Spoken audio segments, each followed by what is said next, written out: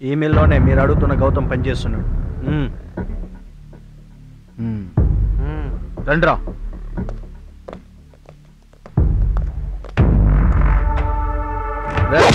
గౌతమ్ ఎక్కడ్రా? మీ మంచి గురించే చెప్పరా. వాడు రాకడా వెళ్ళిపోండి, వెళ్ళిపోండి. వాడు రావాలని నిన్ను కొట్టేది.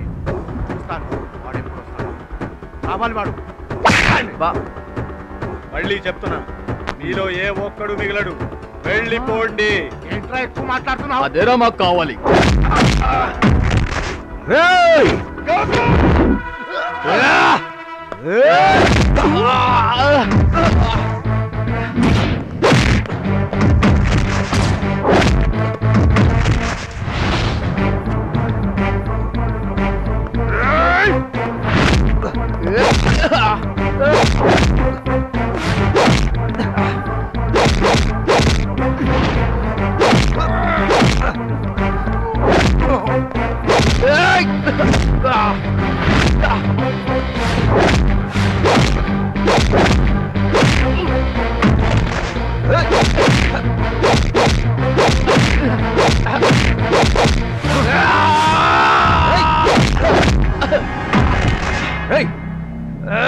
మిమ్మల్ని పంపించింది ఎవర్రా?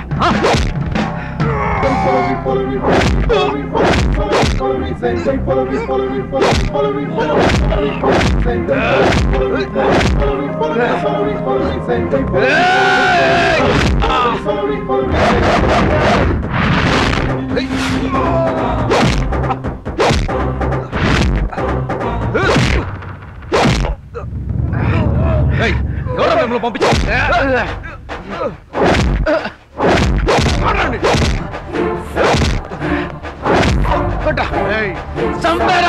మేము వదిలేస్తాం అనుకున్నావురా?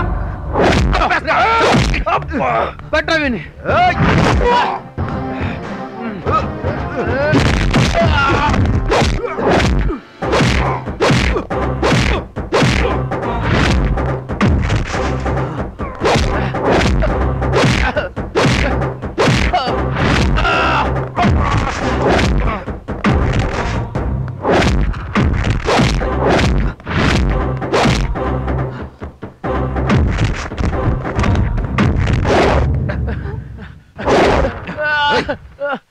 माफ कर दो भाई, माफ कर दो. ఎవర్రా మిమ్మల్ని పంపించింది? చెప్పండి రా. ఎమ్మెల్యే రెడ్డినే బిజామే వాని కొడుకును కొట్టావు కదా, అందుకని చెప్పని పంపించాడు. తప్పైంది. ఇంకోసారి రామ్ వద్దే బాయ్. ఎమ్మెల్యే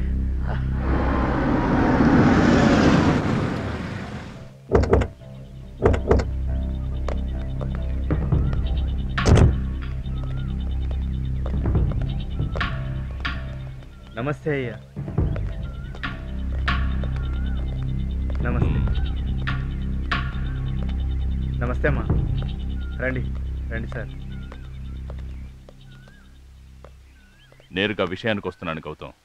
నా చెల్లెలు నిన్ను ప్రేమిస్తున్నానని చెప్పింది. ఆ విషయమే మాట్లాడడానికి వచ్చాను. సారీ సార్, నాకు మీ చెల్లెల మీద అలాంటి అభిప్రాయం ఏం లేదు. దయచేసి తప్పుగా అనుకోకండి.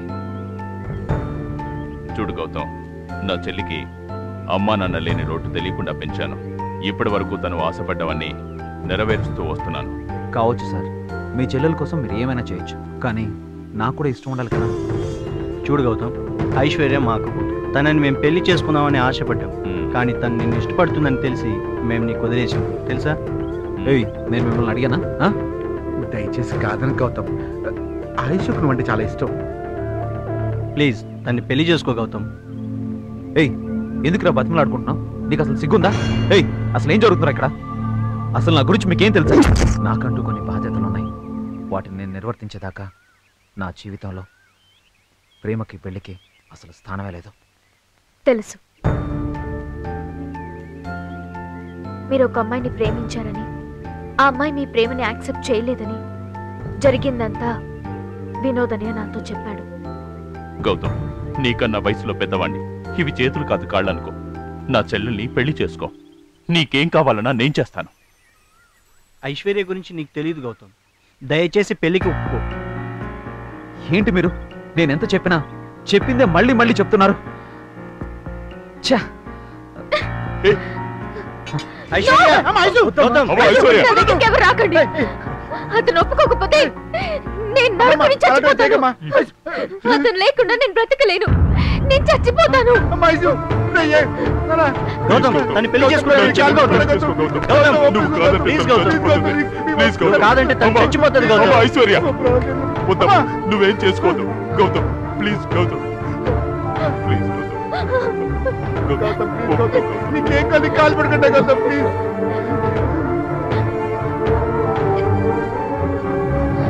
సరే సరే, నేను మీ చెల్లిని పెళ్లి చేసుకుంటాను. చాలా థ్యాంక్స్ గౌతమ్.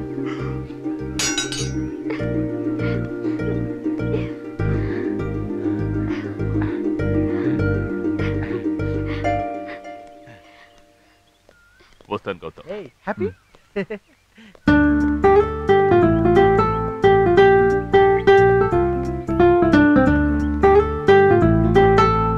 గౌతమ్ మనస్ఫూర్తిగా పెళ్లి ఒప్పుకున్నట్టుగా కనిపించట్లేదు. రేపు పెళ్లి రోజు ఏ ఇబ్బంది పెట్టడుగా? అలా ఏం జరగదండి. గౌతమ్ ఒక్కసారి మాటిస్తే దాని మీద నిలబడతాడు. అది నాకు బాగా తెలుసు. మీకు నేను గ్యారంటీ ఇస్తున్నాను. మీరు పెళ్లి ఏర్పాటు చేయండి. సరే వెళ్ళండి. అలాగే.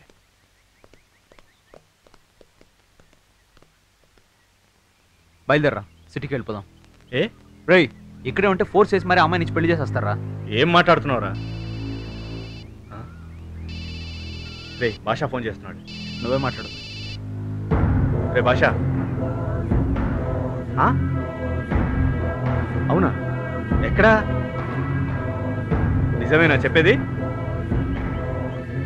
పక్కనే ఉన్నాడు గౌతమ్, నేను చెప్తాను నీకు. మళ్ళీ నేను 1 అవర్లో ఫోన్ చేస్తాను రా. Okay bye. రేయ్, ఏమంటున్నాడు? Good news.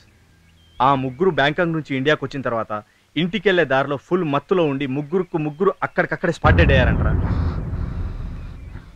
రేయ్, ఆ ముగ్గురిని నా చేతులతో నేనే చంపాలనుకున్నాను. మిస్ అయిపోయారా? రేయ్, రాజు అప్పటికప్పుడే శిక్షిస్తాడు, కానీ దేవుడు లేటుగైనా తగిన శిక్షిస్తాడు. అదే నువ్వు వాళ్ళని చంపేశావు అనుకో, నీ లైఫ్ అంతా పాడేయేది. అందుకే దేవుడు వాళ్ళని చంపేశాడు రా. నువ్వు ఐశ్వర్యతో పెళ్లి చేసుకుని హ్యాపీగా ఉండరా. హ్యాపీగా ఉండు. రేయ్, నా మనసులో ఎప్పటికీ దివ్యానే ఉంటుందిరా. వేరే అమ్మాయి నా స్థానంలో ఊహించుకోలేనురా. అది అయిపోయిన కదరా, అర్థం చేసుకో. రేయ్, అందరికీ ఊహించినట్టు లైఫ్ దొరకదురా. దేవుడు ఏది ఇస్తే అది యాక్సెప్ట్ చేసుకోవాలి. రేయ్, ఐశ్వర్య చాలా మంచిదిరా, యాక్సెప్ట్ చేసుకో. పెళ్లి చేసుకుని హ్యాపీగా ఉండరా. వెళ్ళు. కోరుకున్న వాడిని సొంతం చేసుకుంటున్నావు. You are so lucky. ఏకైక కుమార్తె శ్వేతను హైదరాబాదు వాస్తవ్యులైన శ్రీ శ్రీనివాసరావు సుధా దంపతులకు ఏకైక కుమారుడైన